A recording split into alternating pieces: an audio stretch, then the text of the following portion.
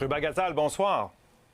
Bonsoir. On veut bien comprendre votre proposition. Alors, vous ciblez les grandes fortunes. Ce qu'on comprend, c'est que vous prenez la valeur totale de tout ce qu'une personne possède, on enlève les dettes Oui. et on calcule 1 Par exemple, pour 25 millions de dollars, ce serait 250 000 de cette taxe-là. C'est ce que vous appelez une petite contribution? Oui, parce que une personne, par exemple, qui possède 25 millions de dollars de patrimoine, là, de fortune, ça, on ne touche pas à ça, elle la garde. En haut de 25 millions de dollars, c'est là qu'on va aller chercher de l'argent. 250 000 dollars sur quelqu'un qui a une fortune de 25 millions de dollars, c'est pas beaucoup d'argent.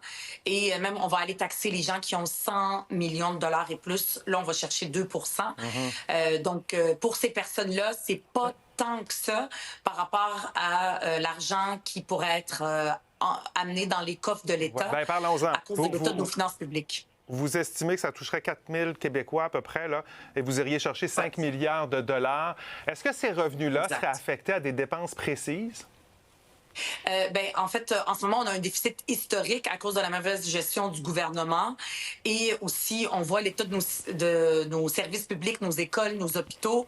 Je veux dire, il n'y a pas beaucoup de choix. Soit on coupe encore, puis on s'en va dans l'austérité, comme le Parti libéral l'a déjà fait. C'est vers ça qu'on s'en va. Soit on augmente les impôts de la classe moyenne. La classe moyenne, en ce moment, là, elle ne peut pas payer plus d'argent.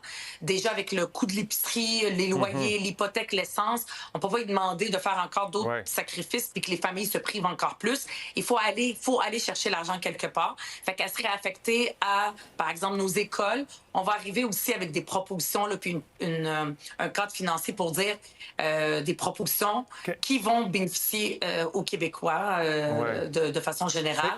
Alors qu'en ce moment, c'est ça, les gens souffrent, il faut les aider, puis c'est une petite contribution. Il y a un écart de richesse énorme, il faut se le dire. Là. Mais qu'est-ce que vous répondez à ceux qui trouvent que c'est pas une bonne idée d'aller donner davantage d'argent au gouvernement parce que, justement, il y en a qui trouvent que l'argent est mal géré?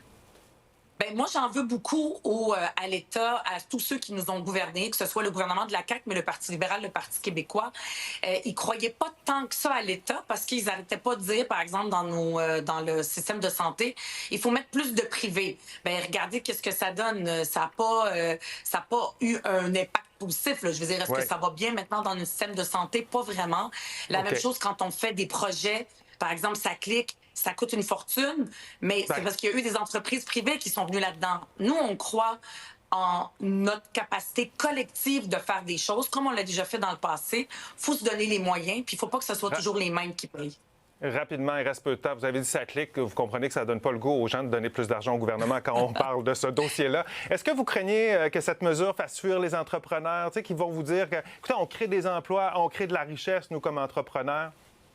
Moi, je suis fille d'entrepreneur et je sais c'est quoi les sacrifices qu'ils font. Mais quand on a 25 millions de dollars de fortune, on est capable de faire sa juste part. Ça peut pas être toujours les mêmes qui payent parce que c'est vers ça qu'on s'en va malheureusement. Il n'y a pas de 36 000 solutions. Hein? L'austérité ou augmenter l'impôt de la classe moyenne.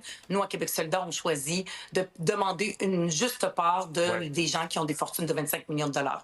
Ouais, et c'est une des propositions que vous avez adoptées en fin de semaine. Ruba Gazal, merci beaucoup d'avoir été avec nous ce soir. Merci à vous.